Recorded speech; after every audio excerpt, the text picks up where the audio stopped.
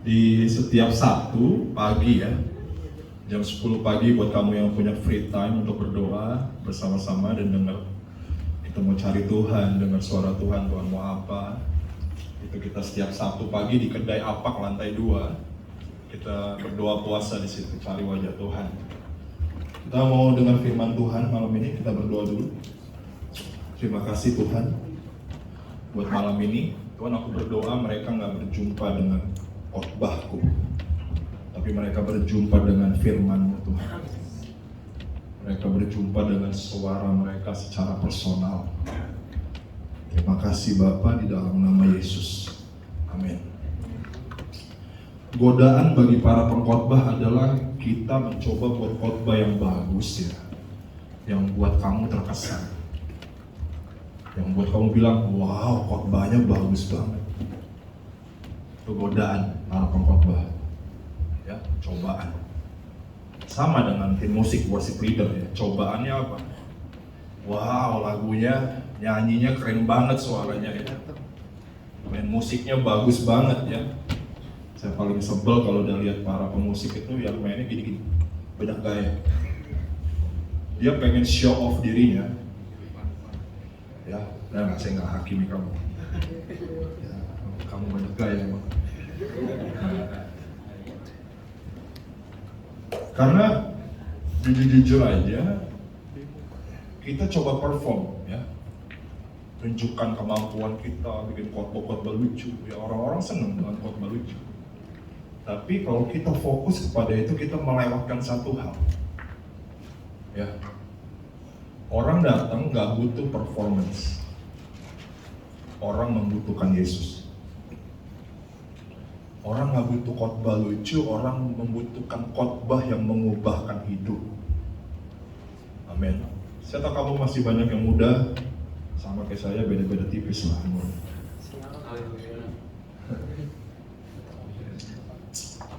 Dari 2 bulan belakangan ini saya setiap kasih tema yang saya khotbahin melenceng dari tema yang saya kasih. Ya mohon maaf jadinya. Tema bulan ini sebenarnya keintiman dengan Tuhan, tapi tadi saya di rumah udah mikir mau khotbah apa. Udah di sini Tuhan ngomongnya beda, ya. Gitu. Jadi saya nurut wae. Tuhan ngomong apa karena kamu nggak butuh khotbah saya. Gampang loh buat para pengkhotbah dan pendeta itu ya, buat khotbah. Gampang banget. Kita tinggal duduk ya, buat topik, cari ayat-ayat yang berhubungan dengan topik. Apalagi ada polanya why. Misalnya keintiman dengan Tuhan, pertama pakai pola why. Kenapa harus intim? Yang kedua why, terus yang kedua pola yang kedua how. Bagaimana untuk intim? Kenapa harus intim dengan Tuhan? Bagaimana untuk intim dengan Tuhan? Ya, ya kan? Setelah itu pola terakhir result. Apa hasilnya setelah intim dengan Tuhan? Wah, kita bisa buat pola-pola khotbah gitu gampang banget. Buat orang yang jam terbangnya tinggi ya usah khotbah gitu. Kenapa? Apalagi ada lagi bagian how. Poin pertama ada 3 langkah. Wah, kita bisa banget. Ya, bisa banget. Buat khotbah begitu nggak nyampe 10 menit.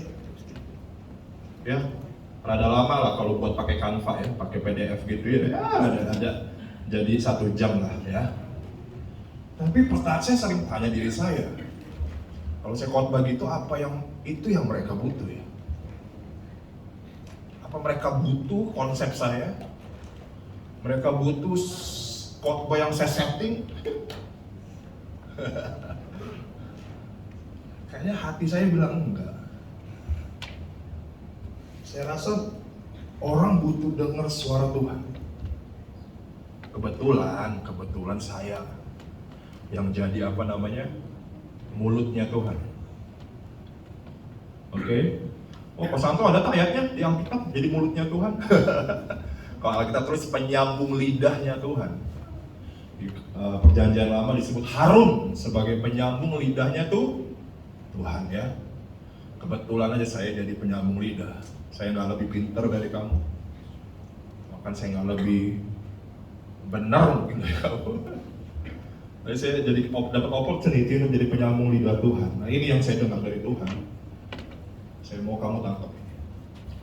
Tadi Tuhan ngomong sama saya gini, aku akan melahirkan satu generasi yang baru. Ini saya mau ngomong menangis, karena ini bisa dengar di hati saya. Aku akan melahirkan satu generasi yang baru. I will birth the new generation. Ini yang saya dengar ya.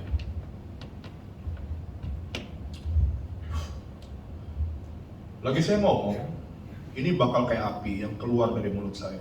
Wah, yang satu berlebihan juga, gak apa-apa, biar kamu mengerti. Lagi saya ngomong, itu kayak api keluar dari mulut saya. Kalau hati kamu gak tangkap, kamu gak akan dapat apa-apa. Kamu pulang dari tempat ini and you get nothing.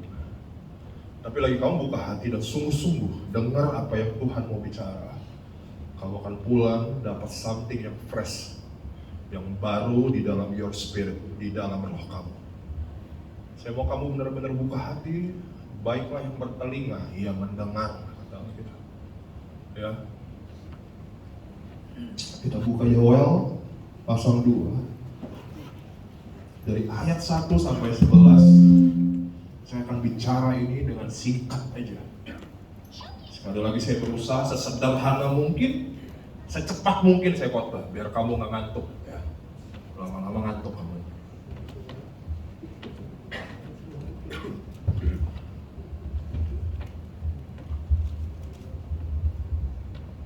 Buat kamu yang senang dengan pengkhotbah teologis, mungkin kamu nggak ketemu ya. Kamu ada orang-orang yang suka pengkhotbah teologis yang punya pengertian mendalam-mendalam bahasa Ibrani, Yunani, kamu nggak akan temukan itu di saya. Oke, ini. Yang pertama, sebelum generasi itu lahir ya, ada satu undangan bagi generasi yang baru, khususnya yang saya sebut dengan Gen Z. Siapa yang kamu di bawah 25 tahun? Di bawah 25 tahun. Ya, saya masih 22, saya masuk. Belum apa-apa, bohong. Yang di bawah 25 tahun, saya sedang bicara sama kamu. Kamu dengar, pasang telinga baik-baik. Ya. Ini undangan buat kamu. Dibilang begini, tiuplah sangkakala di Sion dan berteriaklah di gunungku yang kudus.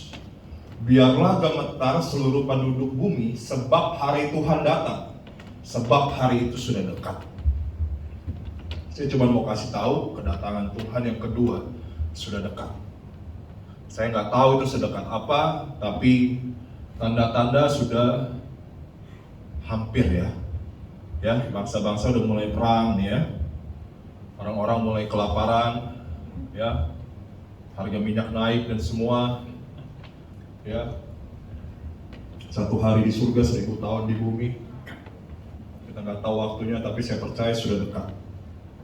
Di tengah kegilaan dunia ini, Tuhan sedang memanggil satu generasi untuk apa ini? Dibilang gini, tiuplah sangkakala di Sion, terus berteriaklah di gunungku yang kudus. Ada undangan untuk satu generasi muda untuk datang ke gunungnya Tuhan, untuk berteriak di gunungnya Tuhan. Gunung Tuhan di sini adalah simbol dari hadirat Tuhan. Ya, ada amin, amin. Ada undangan dari Tuhan untuk kamu semua, Gen Z, untuk datang ke hadirat Tuhan.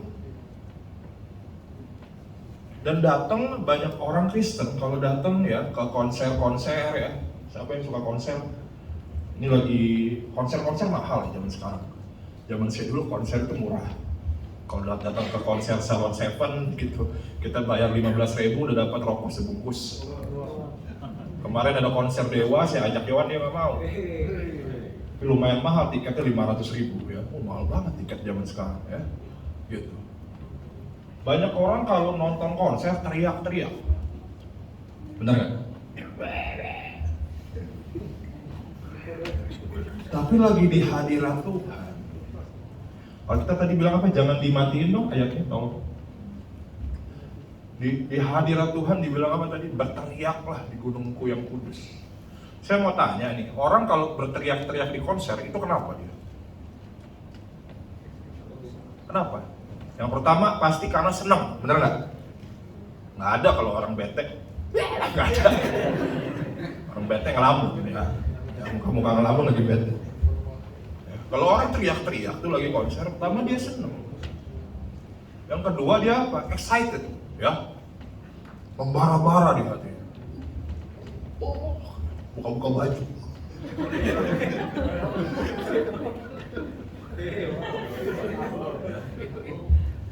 Saya kan dulu anak metal. Kita pernah datang satu konser metal. Wah, saking excitednya, pada berantem. Terlalu excited itu, over. Kebanyakan minum gula. Kebanyakan gula. Overreact. Aneh juga dia. Ngacok. Gitu. Oke, yang rumahnya sering dangdutan juga sering lah ya. Ada dangdutan berantem. Mereka excited ya. Tapi Tuhan panggil nih generasi ini ya untuk datang di hadirat Tuhan dengan sebuah excitement ya. Datangnya nggak nyantai. Kalau generasi zaman dulu bolehlah tepuk tangan. Haleluya, haleluya, haleluya. Tapi generasi yang baru ini dipanggil Tuhan dengan excitement yang berbeda. Mereka datang dengan berteriak, Jesus! I want you. Mereka datang dengan bahasa yang berbeda, dengan cara yang berbeda dari generasi sebelumnya. Generasi sebelumnya yang biasa, kaget lihat generasi yang baru ini. Nyanyi mereka ini. Oh Jesus.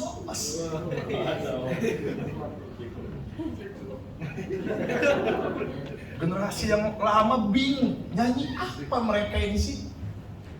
Wah, biasanya generasi lama bilang begini, sesat, lagu dunia, wah, dari setan, oh dari setan yang dipanggil Yesus. Ada excitement yang berbeda bagi generasi yang baru ini saat Tuhan panggil kehadirannya. Ada amin. Kita buka satu ayat, cipon HP dulu. Saya nggak buat tablet ribet, musim hujan. Musim hujan. Jadi pada tablet gua kena air kan. Nggak canda ya. Kita buka Yesaya 56 ayat 7. Kadang-kadang para pengkhotbah itu pakai tablet, Pak. Ya gunanya cuma buat nonton YouTube.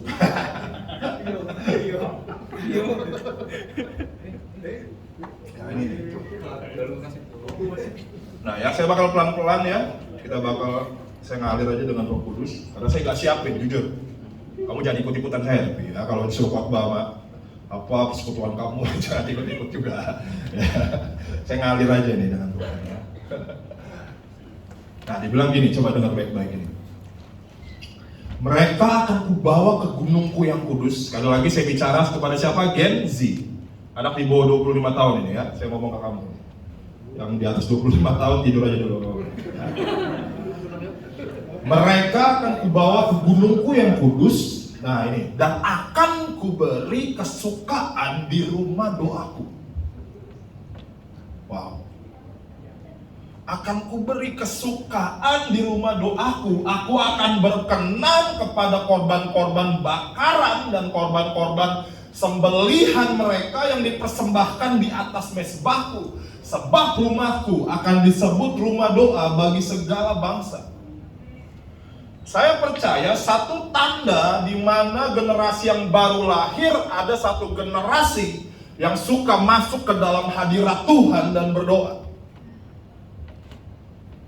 Ada amin.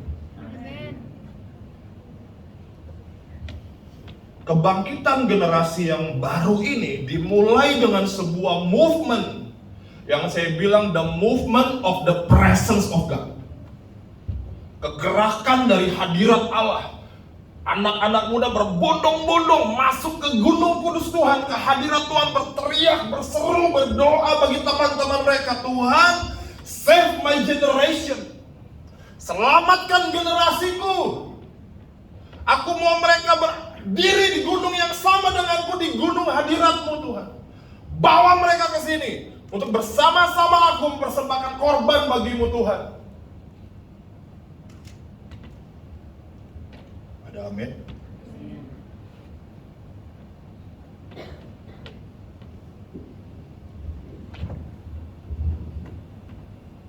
Wow. Sekali lagi, tadi saya bilang di awal, lagi saya ngomong, kamu harus tangkap apinya. Ya. Ini ada undangan besar for this generation to come up to His holy mountain, to yield to Him in the prayer and worship. Terjemahannya di bawah sini ya, bahasa Indonesia. Oke, balik lagi ke Yoel tadi. Wah, ini seru nih. Oh, Rabah, Basam, Rabah. Yuk, balik ke Yoel, brother.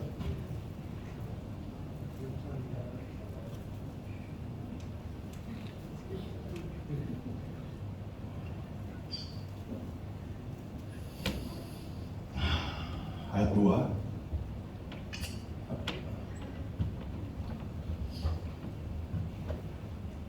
Ini talinya pendek banget.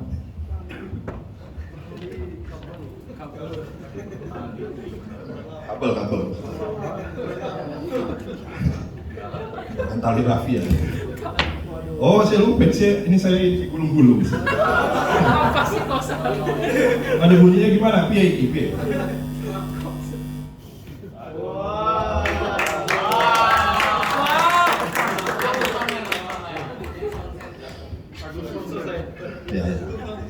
Ya balik ya. Dibilang suatu hari gelap gulita dan kelam kabut. Suatu hari berawan dan kelam pekat, seperti fajar di atas gunung-gunung. Nah ini dia, generasi ini muncul di tengah-tengah dunia ini sedang gelap. Tiba-tiba dibilang apa? Seperti fajar mereka di atas gunung-gunung. Gunung mana tadi? Gunung Tuhan. Mereka terbit di tengah kegelapan di atas gunung Tuhan ya.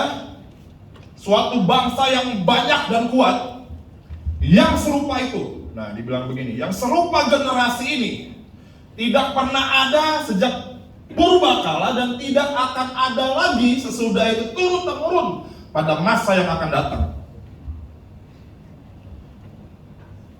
Oke. Setelah generasi ini, generasi Z, ini apa? Gen Z ya. Naik ke gunung Tuhan, berseru di atas gunung Tuhan, mereka akan bersinar di tengah dunia yang sedang gelap, Alkitab tulis. Dan generasi itu nggak pernah ada sejak purbakala, karena ini adalah generasi terakhir. Oke, kosan. Dia udah naik ke hadirat Tuhan, dia bersinar. Kita tahu dunia sedang gelap. Ya, dunia sedang gelap banget. Ya, LGBT di mana-mana. Dulu di zaman saya itu, saya kalau lihat cewek ngerokok itu kayak hal yang langka banget. Ya zamannya saya ya, itu langka banget lihat perempuan merokok. Sekarang lagi saya makan di warteg aja, cewek habis makan, wih sedap. Sekarang gimana? Itu hal yang sangat normal ya, cewek ngerokok ya. Ya, dulu kalau yang ngomong-ngomong kata-kata kotor itu kebanyakan cowok. Ya. Gitu. Sekarang cewek-cewek wah lebih kotor. Nah, ini nggak diskriminasi. Ya. Tapi dunia ini sedang gelap. Ya, saya mau bilang gini, dunia ini sedang gelap. Ya. Dunia sedang gelap. Dunia ini sedang menanti terang Tuhan yang terbit. Tapi sebelum terang itu bersinar, generasi ini harus naik dulu ke gunung Tuhan. Amin. Harus naik dulu ke hadirat Allah. Ya, ayat 3. Lanjut. Nah ini nih. Wah, ini powerful ya. Di depannya, di depan generasi ini dibilang api memakan habis. Ini generasi yang terbakar oleh Roh Kudus.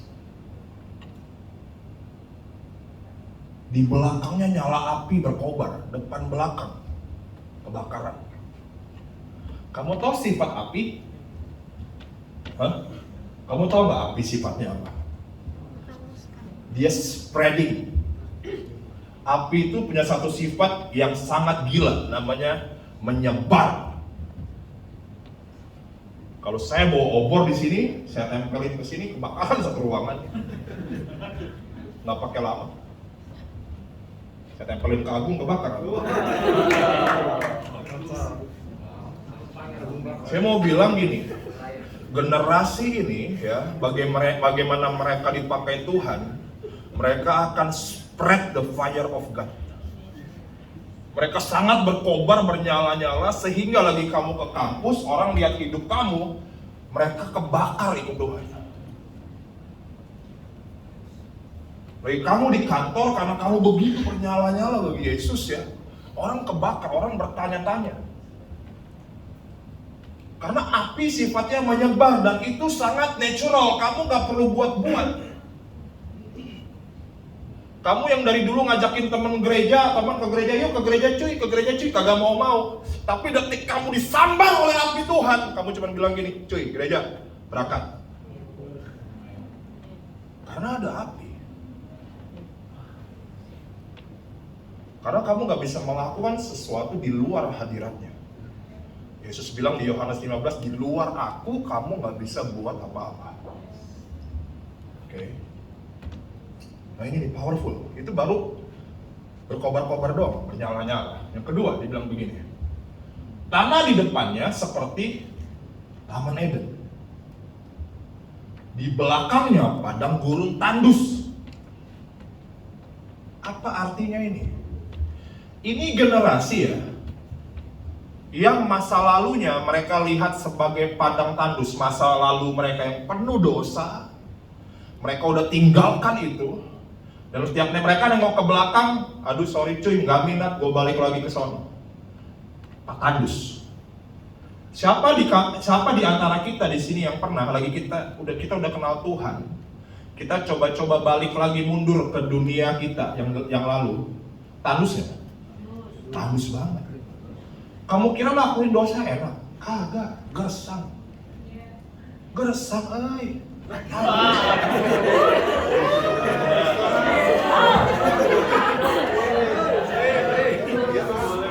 Coba bilang kanan kiri, bilang masa lalu saya tandus.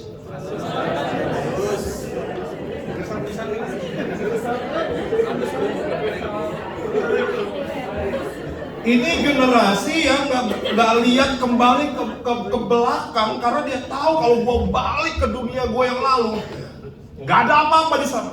Hanya ketandusan, kekeringan, dosa menghisap kebahagiaan gue. Tapi ini generasi yang maju ke depan, dibilang apa? Tanah di depannya seperti Taman Eden. Wah ini powerful. Kamu tahu arti Taman Eden apa? Taman Eden adalah taman di mana Tuhan pertama kali ciptakan manusia, dan Tuhan bergaul karib dengan manusia, dan dibilang begini, kamu mau makan apa semua? Sudah disediakan. Gila, ini gila, saya mau bilang ini. Di dalam keintiman dengan Tuhan selalu ada penyediaan. Kalau kamu intim dengan Tuhan, gak pernah kamu kekurangan. You will never be lack in Jesus' name. Gak ada kekurangan di dalam Taman Eden. Gak ada kekurangan. Everything is all provided in Jesus' name. Semua tersedia. Ini generasi yang maju dalam Taman Eden, dalam kedekatan, keintiman, persahabatan dengan Tuhan.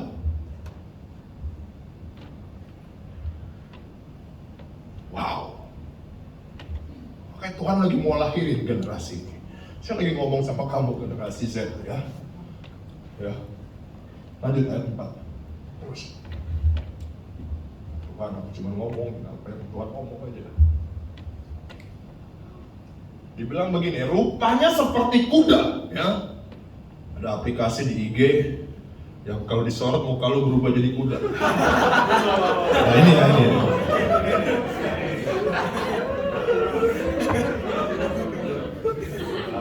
Dan dibilang begini, dan seperti kuda balapan mereka berlari.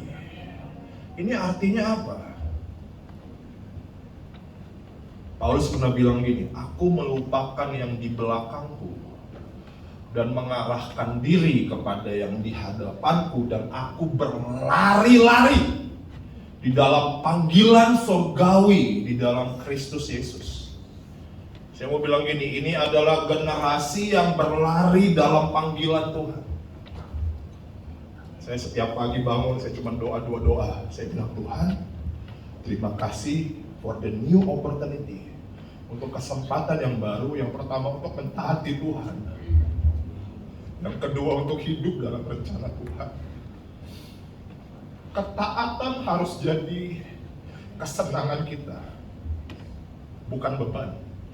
Karena kita tahu di dalam ketaatan ada berkat Tuhan, ada anugerah dan kebahagiaan yang sejati di dalam setiap ketaatan. Dan itu sebabnya kita setiap bangun bilang ini, Tuhan, terima kasih buat kesempatan yang baru untuk taat, untuk berjalan dalam rencana-Mu. Dan ini bukan berjalan doang, kita bilang generasi ini berlari dalam rencana Tuhan. Ada amin? Ada amin? Lanjut ayat 5, karena masih ada beberapa ayat ya. Ini nih nubuatan, ini dari zaman Babahong udah diomongin. Ya, saya percaya sekarang dalam nama Yesus ini waktunya apa yang Yoel bilang itu terjadi. Amin.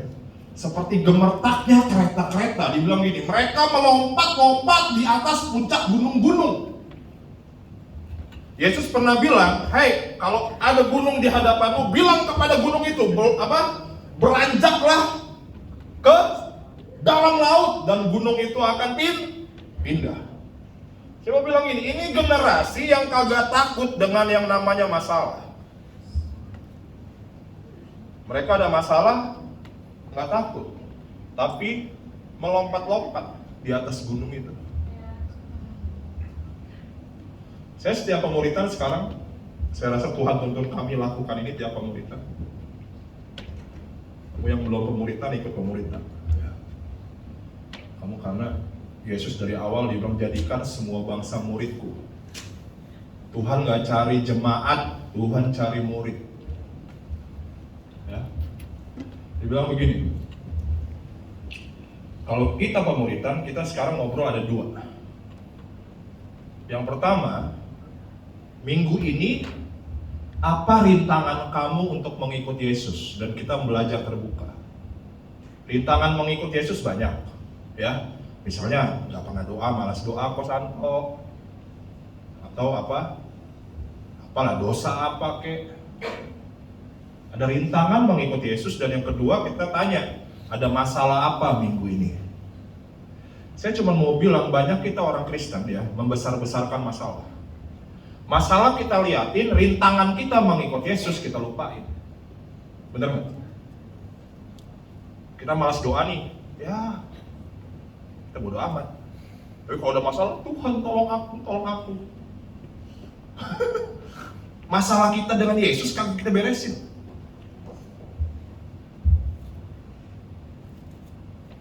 Saya mau bilang gini, kalau kamu hidup ya mengatasi rintangan untuk mengikuti Yesus, kamu bisa menang masalah-masalah hidup. Itu Tuhan yang handle.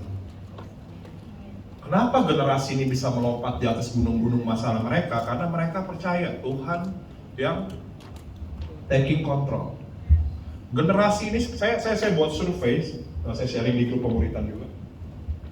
Setelah COVID ya, 1 dari 3 orang di seluruh dunia cuy.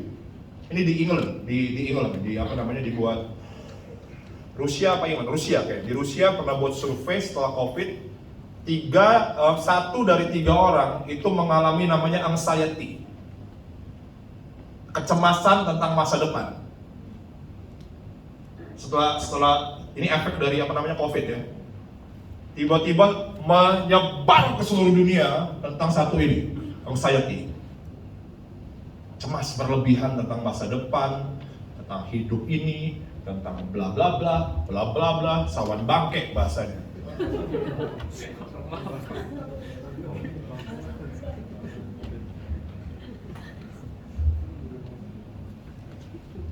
Tapi generasi ini akan lahir beda ya.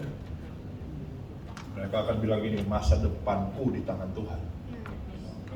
Dunia ini boleh anxiety, tapi aku berdiri dalam iman. Sehingga dunia bisa lihat gini, gila ya ini orang-orang ini beda banget ya. Kok mereka nggak takut banget sama masa depan? Kenapa? Mereka akan tanya kamu. Gua nih anxiety, depresi, nggak tidur 2 bulan, mikirin hidup gua, overthinking tiap malam. Kalau nyantai-nyantai aja, Bor. Wih, selalu kita mah. Jesus taking control. Generasi ini akan bawa jawaban itu, akan mematahkan anxiety. Saya selalu percaya anxiety bukan psikiater yang bisa tangani. Kamu ke psikiater ya, saya tuh punya teman psikiater, dia ya gitu-gitulah ya, apa namanya, di area-area psikiater gitu.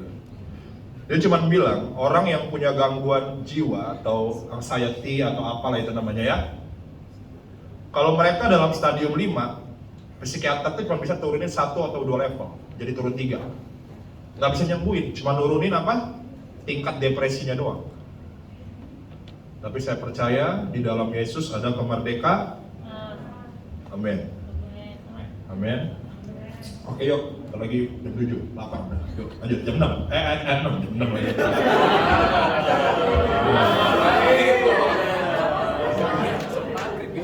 Belum makan sore siang tadi ya. Lagi dietan. Dietan tuh kadang diet kadang enggak. Nah ini nih, terhadapnya bangsa-bangsa, terhadap generasi ini dibilang bangsa-bangsa gemetar, segala muka bertambah menjadi pucat pasi. Setelah generasi ini lahir akan menakutkan bagi bangsa-bangsa. Oke, ayat 7. Lanjut. Seperti pahlawan mereka berlari. Wow, ini dibilang ini generasi yang jadi heroes. Ya. Seperti prajurit mereka naik tembok, ya. Dan mereka masing-masing berjalan terus dengan tidak membelok dari jalannya. Artinya apa sih? Ini generasi yang lurus, nggak belok-belok dia, lempeng jalannya, nggak kanan, nggak ngiri, ngene ngono, lurus wae dia. Berjalan dalam apa yang Tuhan mau, lurus. Oke, ayat 8. Mereka nggak berdesak-desakan. Mereka berjalan terus masing-masing di jalannya. Mereka tahu porsi mereka masing-masing. Mereka menerobos pertahanan, ini ngomongin peperangan rohani ya. Mereka menerobos pertahanan dengan tombak. Mereka akan selalu menang dalam setiap peperangan rohani. Mereka tidak membiarkan barisannya terputus. Ini adalah generasi yang sangat unity. Tahu unity nggak? Akur, bergandengan tangan. Generasi yang dulu punya masalah dengan ini, pada ribut. Gereja A, gereja B, gereja gue paling benar, gereja lu salah. Sinode ini, sinode ono, ribut semua. Tapi saya mau bilang, Tuhan lagi lahirin satu generasi yang kagak peduli lu gereja mana kek, sinode apa kek. Tapi kalau ini kehendak Tuhan, kita lakuin bareng-bareng. Kalau ini maunya Tuhan, let's do it together. Generasi yang zaman dulu nih, babahong, ributin terus perbedaan ya. Wah, gue dari gereja ini, gereja ono, ribut mulu.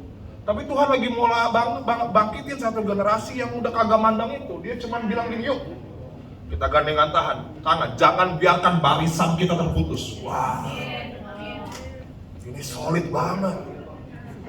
Solid banget ya. Ayat 9 yuk. Mereka menyerbu ke dalam kota. Nah ini impact-nya ya, impact generasi ini levelnya kota. Nah ini seru. Saya ngomongin ini. Ya. Ini apostolic message, karena ngomongin kota. Lagi generasi ini bangkit, impact-nya ke kota. Kota di mana generasi ini lahir akan merasakan impact. Karena mereka akan pergi ke kampus-kampus, ke sekolah-sekolah, bawa something yang baru, yang berbeda, yang mengubahkan lingkungan mereka. Ada amin? Saya bisa jelasin ini panjang lebar, tapi waktu terbatas, mohon maaf ya. Mereka berlari ke atas tembok, mereka memanjat ke dalam rumah-rumah, mereka masuk melalui jendela-jendela seperti pencuri. Wah, ini seru ya. Ini seru. Artinya apa sih kok satu ini rada aneh juga. Mereka ini gini loh. Yang saya bilang nih, mereka ini unstoppable. Mereka ini selalu cari celah untuk masuk ke kehidupan orang-orang untuk membawa pengaruh kerajaan Allah. Ada celah dikit, gue sikat. Kamu tahu pencuri kan gitu kan?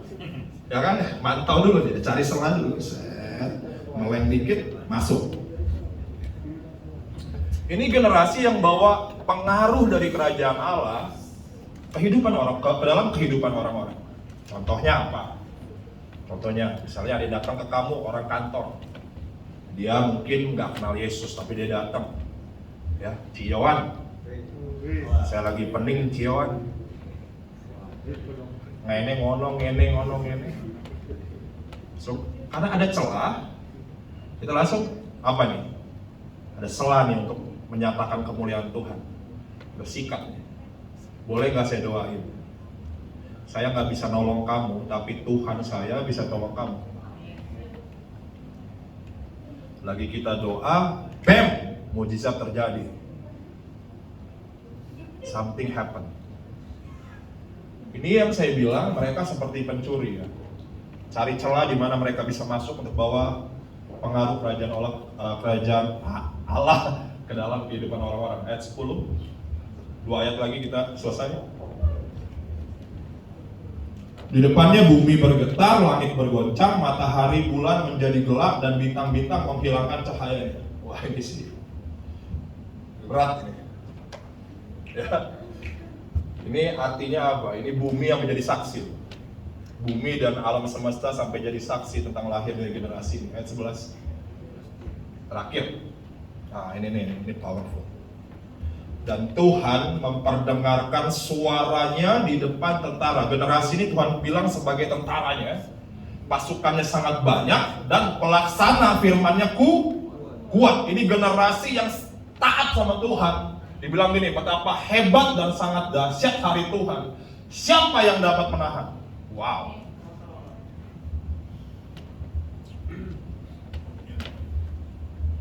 Yang saya bilang ke kamu adalah generasi yang mau Tuhan lahirkan di tengah-tengah bangsa yang gelap. Ya, kemarin Gabe dia bilang kalau dia balik ke Malang, Kosanto, saya ini gimana ya Kosanto? Saya kayaknya mau buat community deh, buat komunitas.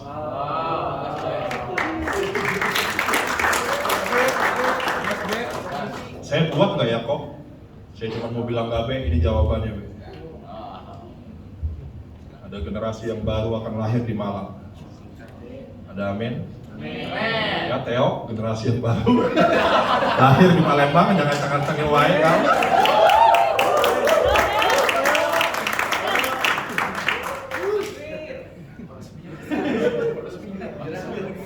Kamu tangkap pesan ini ya. Kamu yang Gen Z yang masih kuliah, sekolah ya, tolong kamu tangkap. Lagi kamu tangkap ini, rindukan kalau generasi itu lahir di kampus kamu. Rindukan kalau generasi itu lahir di sekolah kamu. Ya, kemarin saya ngajar-ngajar ini basket di SMA Immanuel tuh ada anaknya, dia datang, saya kaget tadi. Ini yang gue latih kemarin.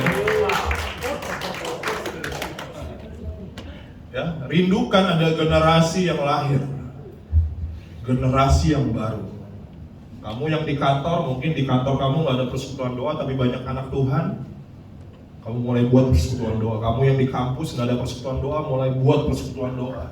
Persekutuan, buat komsel, ajak orang datang ke gunung Tuhan, menyembah, cari wajah Tuhan. Amin. Kita balik ke ayat 1. Balik ke ayat 1.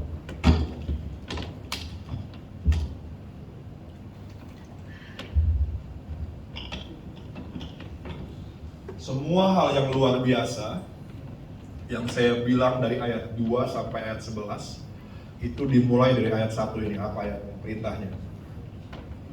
Tiuplah sangkakala di Sion dan berteriak di gunung yang kudus. Dan saya percaya tempat ini akan Tuhan pakai jadi rahim untuk melahirkan generasi baru. Saya percaya banget. Dari tempat ini ayat Yoel 2:1-11 akan digenapi. Dari tempat ini saya bernubuat di dalam nama Yesus akan lahir the new generation. Yang Yoel bilang, ya saya mau kamu tangkap anak-anak Gen Z. Saya minta Theo maju ke depan, Theo. Theo Gen Z. Saya mau undang semua bangkit berdiri. Kita mau berdoa. Ini bunga ini nempel-nempel kaki saya dia.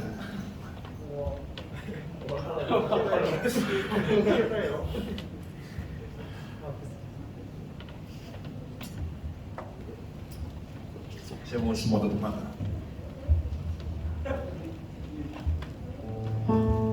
Roh Kudus, Engkau yang memateraikan semua firman